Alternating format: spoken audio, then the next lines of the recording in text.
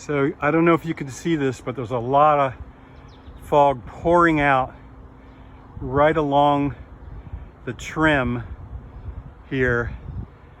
And again, I filled the knee wall space with fog. And of course, I'm getting a much better sense that it looks like almost at the top of the knee wall, even though the rigid insulation is continuous and I built the knee wall in afterwards, I just have a lot of air leakage at the transition from continuous insulation on the outside of the gable and then continuous insulation along the ceiling slope. So I'm going to quickly walk around, and here's another.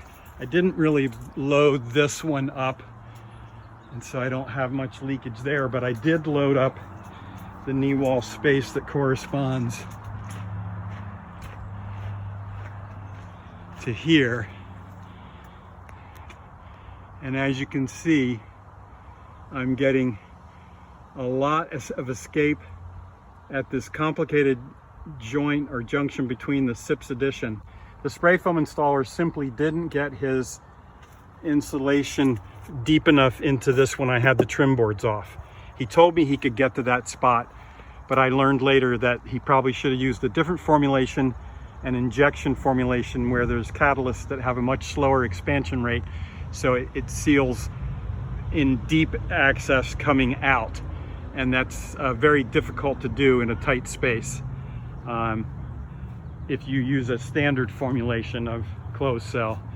So you just change the catalyst. Now you can definitely see here, just all along, see it's just pouring out pretty much until we get to the pitch change.